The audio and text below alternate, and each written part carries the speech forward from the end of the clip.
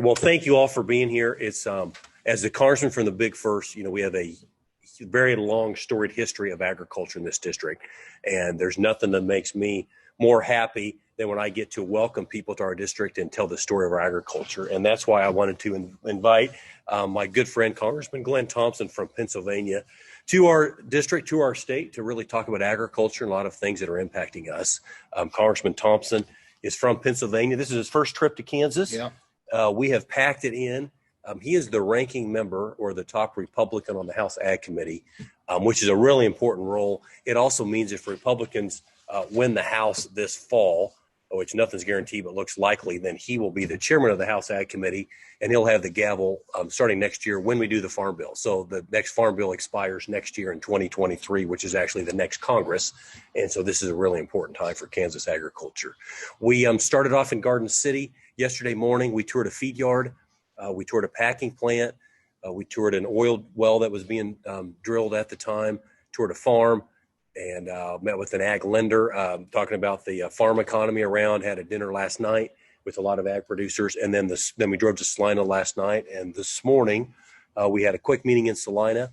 And then we drove over here. We met with new President Linton, got an update on K-State, met with the Dean of Ag here at K-State and had a great time doing that, touring some facilities that need updated.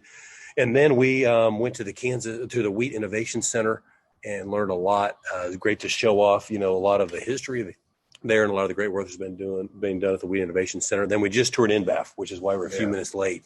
And so we toured NBAF, which, as we all know, is about to be commissioned here. And so I'll turn it over to you, GT, but delighted and ecstatic to have Congressman Thompson in Kansas and in the district for a couple of days.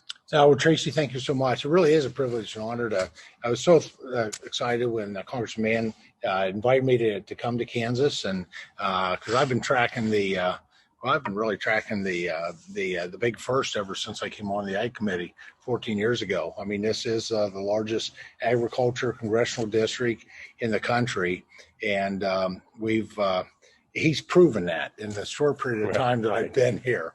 It has been fast-tracked and pretty fascinating to see all the different components from livestock and energy, which happens on rural lands, to the exciting. I always have a soft spot for land grant universities, and so to be able to visit the land grant university and to meet Dean Minton and Ernie Minton and Dean Linton. Actually, I've met him previously on when he was still the Dean of Agriculture, President Linton now here. And I got to tell you, congratulations to the trustees and their recruitment selection process. I met him as a part of what I would call my barnstorming tour of American agriculture when I was in North Carolina. I had breakfast with him, actually, right outside the fairgrounds of North Carolina. And well done in recruiting him as the president here. And so it is, we're preparing for the next Farm Bill. As Congressman Mann said, this current one expires September 30th, 2023. Last one we did was 2018. We did a pretty good job in 2018. You don't always get everything perfect because it's such a large piece of legislation, but it is the most important thing that happens on a federal level in Washington when it comes to supporting those folks that work so hard every day, those hardworking families provide us food and fiber and energy resources, building materials, and is a key factor, not just on what's on our plates and what we might wear, but for the rural economy.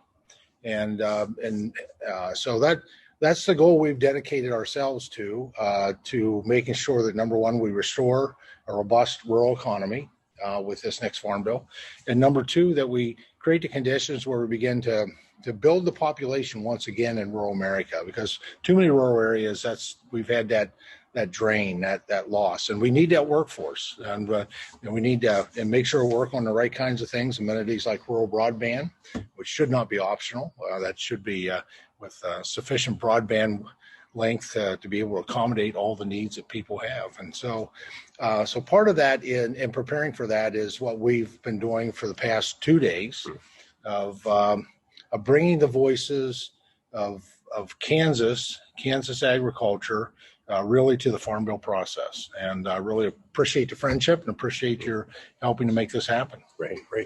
Delighted to have you here. Happy to answer any questions if anybody has.